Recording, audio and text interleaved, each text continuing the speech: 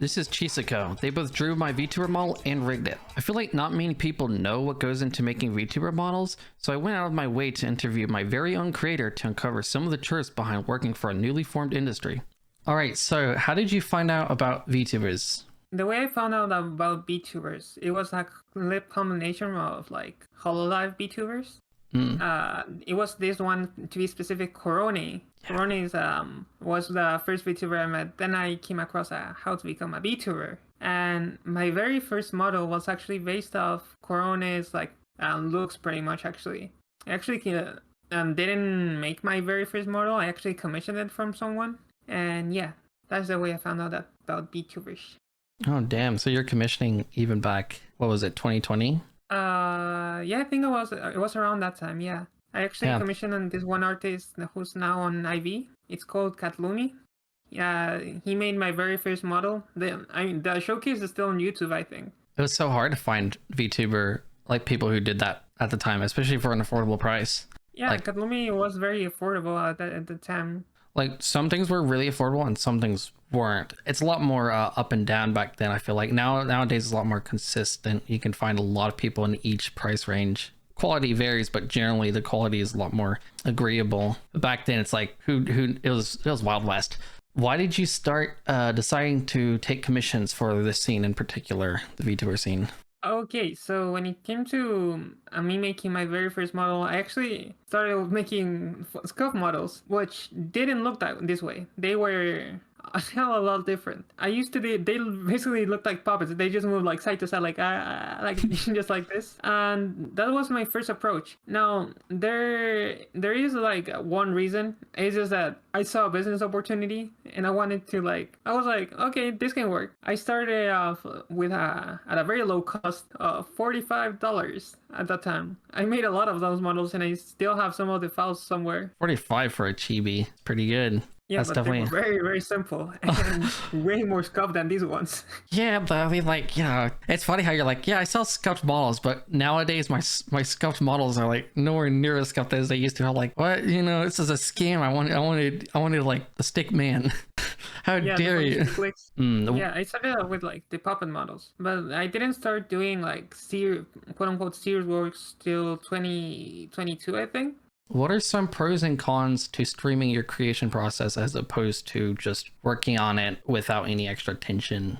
First of all, it's a thing I struggle when I'm like overworked or I've been working for like nonstop for many days. I struggle with concentration and focusing on the project itself. Now, I always do make sure to deliver on time. That's my main goal. However, I tend to pressure myself onto delivering before the deadline. That's like my goal always. And to do that, I need to fully focus on the project. Streaming allows me to like fully focus on the work and kind of quote unquote force myself to work. Because if I'm gonna say I'm gonna do like a rigging stream, that's what I'm gonna do. Now I'm not gonna like start playing Minecraft out of nowhere, for example. So that keeps me focused on the works itself. The only con that I found personally is that, for example, I like to watch shows while I'm working sometimes. Obviously, I cannot do that on Twitch because Twitch will ban hammer me real quick. I do kind of the same thing where I'll play like a video game. Maybe I'm playing Ark and I'm like, if I'm gonna be playing Ark, I'm gonna be watching a bunch of videos on the side, podcasts, maybe listening to music. I watch YouTube videos daily. It's just a ritual, always has been. I'll play like Genshin in the morning and I'll just watch the videos I normally would watch playing Genshin. If I'm gonna be streaming that, I can't really be watching those and I have to catch up on those videos later. That can be a bit of a con, but I absolutely get that like mentality of like, well, I'm streaming it,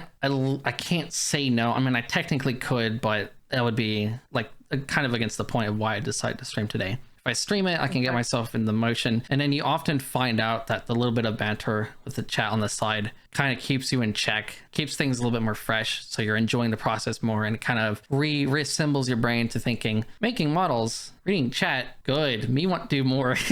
Yeah, it's really cool to be able to stream because you're also just being technically more productive in a way, even though you have to catch up on the stuff later, but you're being more productive in that you can make a little bit of money on the side, communicate with your community on the side, and sort of understand your the people you commission better. Even if you're not directly talking to them, it's like, hey, you're talking to potential customers maybe. And of course, not everything's all about, oh, everyone's a customer and all this stuff, but it's like, you know, it definitely equips you better. I think an artist who streams their art every now and then, like let's say they just stream once a week, is ultimately going to have better people skills than an artist who never streams at all. Yeah, and actually, you recently got a commission inquiry because of my Twitch streams, apparently. I never ask how they found me, but I was curious because this person didn't follow me on like any of my medias except my Twitch. And yeah, they told me that they found me through my streams. Streaming does help on that end as well when it comes to like advertising. How much longer does the art process take compared to rigging, since you do both? Right now I do many type of models. There's cuff models and there's like the normal models. Now I'm gonna focus on the normal models because cuff models actually I can sometimes even deliver a cuff model in just one day, both the art and rigging. Normal models, like talking about like full size models, the art process does take me longer just for because of two things. One is that I'm quite perfectionist. Like I want to make things perfect, and on that end I end up redoing many details over and over again. While it can be stressful for a lot of people to do that, for me it's like it's a learning process. So I sometimes redo the hair shading many times until I get it right, for example. That takes a lot longer. Like it could take me weeks, months, even. When it comes to rigging, I feel like it's a more straightforward process for me because I know what to do. I know exactly what to do. I know how to make things move. But it's not the same thing about art, because an art is more, you have to find a workaround to make things work, especially when it comes to layering as well. I have a friend who also made her own model. She told me that it took her a bit to get the rigging, and it was her first time rigging the model, but she was like, you know, if I had more time to focus on, I probably could have done it in 4 days. And I'm like, whoa, that's crazy, because I know the art process can take up to like months for some people, especially when dealing with customers. And she was like, making the art took so much longer, and I was just kind of surprised because rigging a model wasn't really a concept until like half a decade ago. Making digital art's been a concept for multiple decades. So yeah, it's just crazy how that works. It's so streamlined where if you know what you're doing, you can just do the rigging process in a very efficient time span. What's your favorite part of the art process? When it comes to modeling, and this is my favorite part overall, is faces. Not even clothing, not even body, why not faces? I love just shading the faces. I love like giving the little details to the eyes and stuff, eyeline shading and whatnot, and I just love that part. That's my answer. What the heck? That's why I only do portrait art nowadays, really. Like all my pixel art is just portraits because faces are so fun and dynamic and expressive. What are some challenges to drawing a model? So I usually have a lot of trouble getting like the anatomy right at first. Getting the proportions right is a constant challenge for me because I'm like, does the head look too big? Does the body look too big? Is the torso too tall? I keep looking over these things, and maybe I just think too much about it, or more than I should. But I do want to like make things look as good as I can. Yeah, getting the proportions right, like the height and head size and whatnot to like fit the body type, for example. Layering and everything else is pretty straightforward for me because I've been doing this for a while, and since I'm also a rigger, I kind of like know how to make things work for me. Yeah, like as a fellow perfectionist, proportions also drive me insane. It's so hard, especially with pixel art, because pixels at the bit rate, the small, like the size of the pixels I usually just work on a 100 by 100 palette. Getting proportions right and getting curves and getting all that stuff with pixel art is a nightmare. I feel like that's a pretty common difficulty for a lot of artists. Some artists, they're good with that stuff. They're good with poses and they can't do hands. But I feel like there's a good amount of people who are like, sometimes off. Are those ears too big? I feel like it's easier to be like, this pose isn't that good because there's so many references of good looking poses and you'd be like, okay, I can make it more dynamic here. Or when you do line art, you're like, okay, these lines are a little they're a little messy, I could adjust that. Clearly something's wrong. I added an extra line that clearly shouldn't be there. But when you're doing with proportions, it's just like, it's a lot of eyeballing, especially when you've been doing it for, you've been working on this project for like 5-6 hours straight. And you're like, are my eyes tricking me? You go to bed, you wake up the next morning, you're like, oh my God, this is even worse than I thought. Oh, well, no. How did you come across your own art style? That's that's the funny part. I didn't. Well, I do have like my own art style. Like I know the way I draw things. My art style is constantly changing by the things I like at the moment. For example, my scuff models are actually based off like the scuff models other people did way back then. I really like his things. He's called Kronko. That's his he has like his very own style, and I came across mine for it. Like I have my own style based on his. Currently, when I was drawing your model, my favorite artist, and it's still my favorite artist at the time, is Suteinu. He made Shoto's model and many like popular VTubers model, and I just like his art style and everything they do is just like amazing. Well, a lot of my stuff is based on stuff I like at the moment. Yeah, I feel like that's a very common answer. Like a lot of people who ask the question are like, what, really? And I'm like, dude, I don't know. It's hard to have your own style, not just in art, but like I'm sure there's people who do music and whatnot, and they do all other creative stuff, maybe on the side, maybe as their job. You ask the same thing. How did you get your own style? It's like, I don't know. I just liked a bunch of stuff. Usually that's like the answer. But people are like, there's got to be something more deep. But I'm like, sometimes it's just that simple. I think people put too much emphasis on finding their own art style. They get so obsessed with it. I see it so many times online. Like, man, how'd you get your own art style? I'm really struggling with mine. I'm like, you've only drawn like 2 things in the past 7 months because you've been so obsessed with this concept of an art style. Have fun with it. Life doesn't just feed you answers, and asking other people, it might help you. It really will help you to ask this question. And I'm not saying don't ask it, but don't expect the eureka moment just like that. Don't rely on hope too much. You got so much time left to figure it out. So just enjoy the process of learning and finding your own style. Is there any particular part of the rigging process that you really enjoy? Well, I do enjoy doing the angles, and that's actually the first part I do because my rigging process is differs a little bit from most riggers, but yeah, I like doing the angles the very first. Seeing the angles like is cool to me, but I always thought like, I feel like that's the hardest part. It's kind of like animators who do like in between frames and they look all sloshed, and you pause on the show in anime and you're looking at this really warped character. But I knew an animator who that was just their favorite thing to do. They love doing the in-betweener frames. I personally don't think I would enjoy that, but you know, there's only one way to find out if I enjoy drawing that kind of thing. So yeah, doing the angles that was not an answer I was expecting. That's pretty cool. I feel like not enjoying the proportions but also enjoying the angles kind of seems a little counterintuitive because both of them seem very finicky, but I guess they're finicky in their own different ways. I can't explain my thought process behind it, but I feel like I just kind of know how it should look to my eye, of course. It would definitely be, I feel like it's definitely harder to get in the zone of proportions than it would be angles. I feel like angles, it's like you can kind of create a 3D map of it in your head and you kind of figure it out. Like some people who are really good at lighting, it's like you create a 3D map in your head and you're like, this is what should be. I feel like with proportions, it's not quite as easy as, oh, clearly the face here is like a bit too bulbous. So that might be why it might be a little bit harder for some people to imagine proportions compared to something like angles, lighting, etc. What are the challenges specific to rigging a model?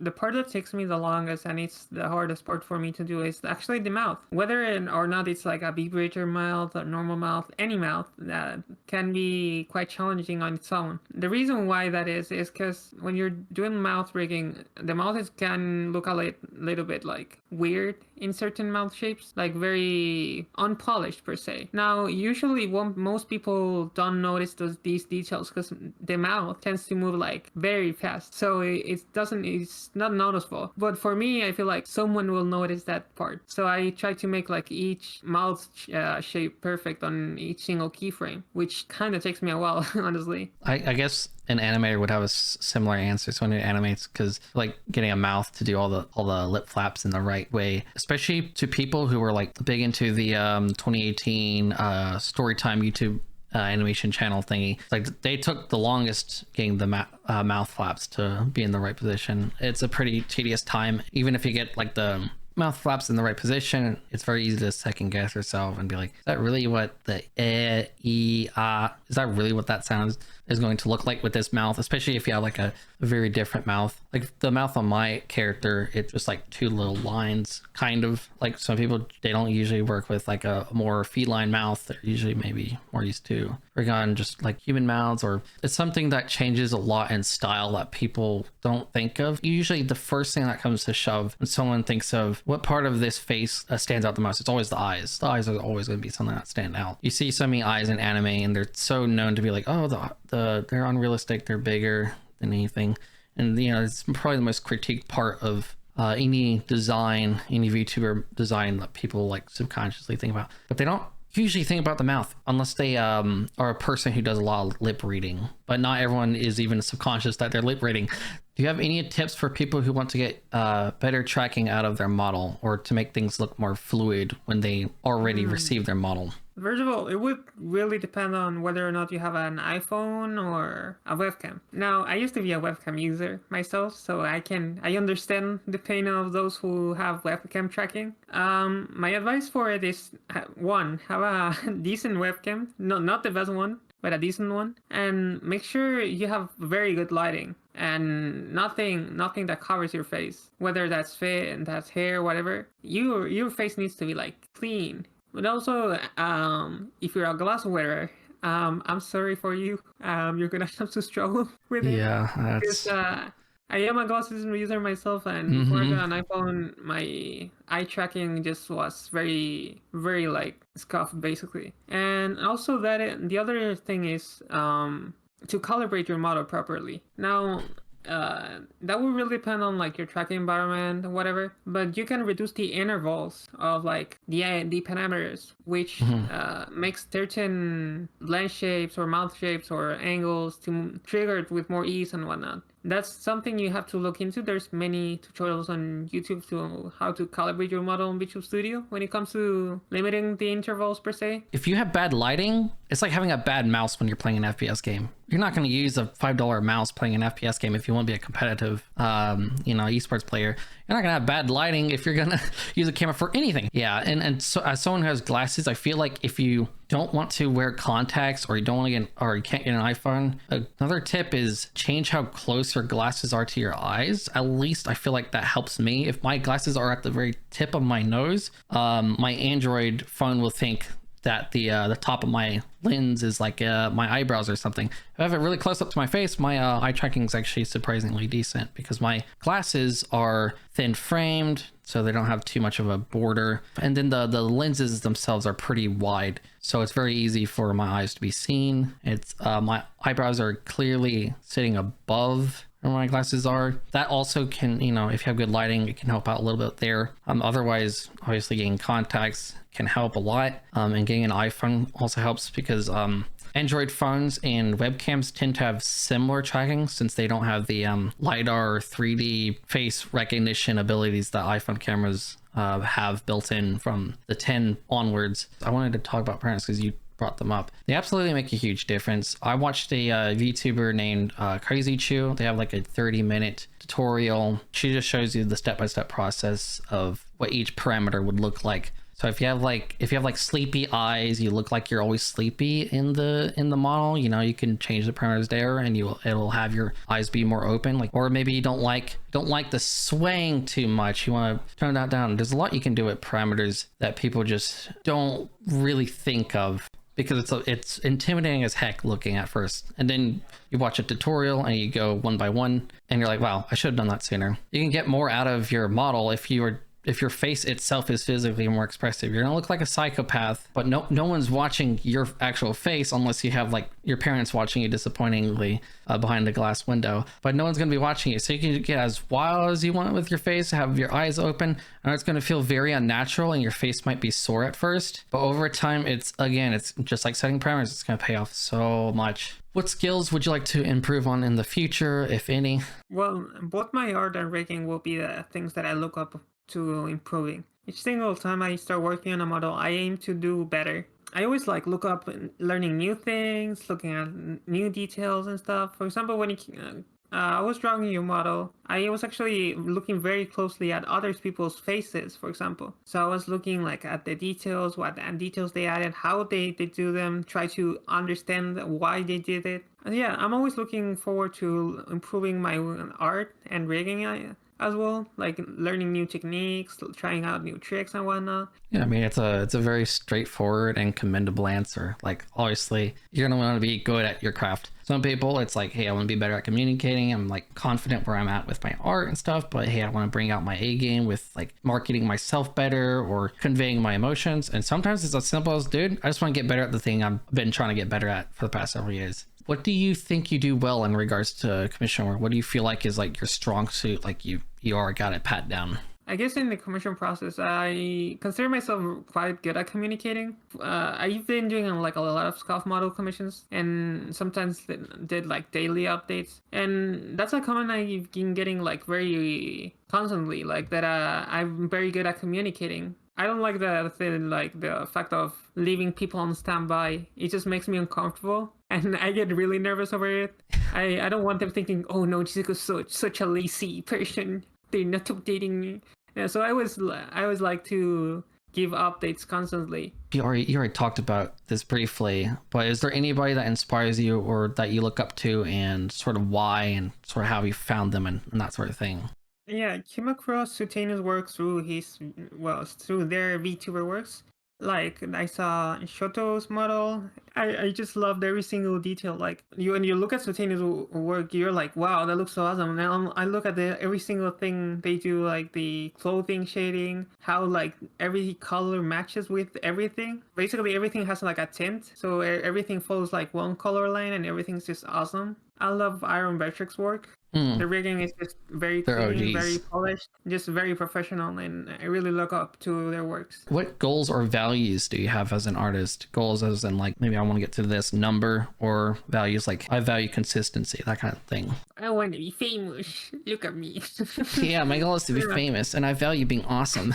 Well, I do want to be a well-known artist and rigger. I'm already getting towards the path. Of course, I'm not as known as other creators on the matter, but I feel like I do have like a group, a set of people who are always like looking up to my work. They're always like liking my posts and everything, and I really appreciate that, people. I'm happy to see that one of my childhood dreams is becoming true. Not in the way I expected though, because when I was little, I wanted to be a YouTuber, but now I'm an artist. But I'm still like achieving a dream of being known by other people and being recognized for my work and everything, and that just makes me really happy. Values could be something as simple as like, hey man, I value, like, this is like a principle. These are things I will die by. This will be like the advice I live by. It's like, hey, I want to be consistent.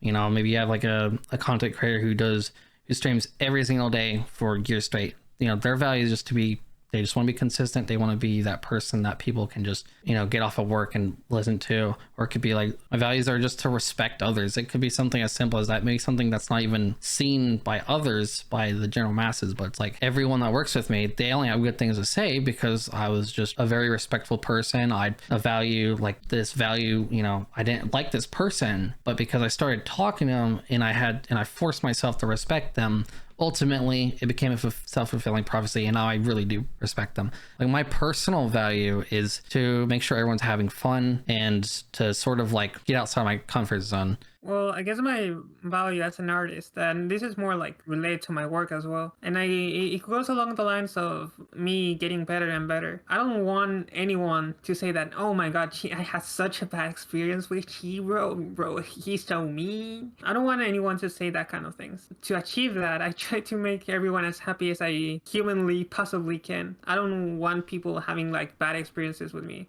I think your values would basically be summed up as you just don't want to get complacent. It kind of makes you just always do your best if you just don't want to be complacent.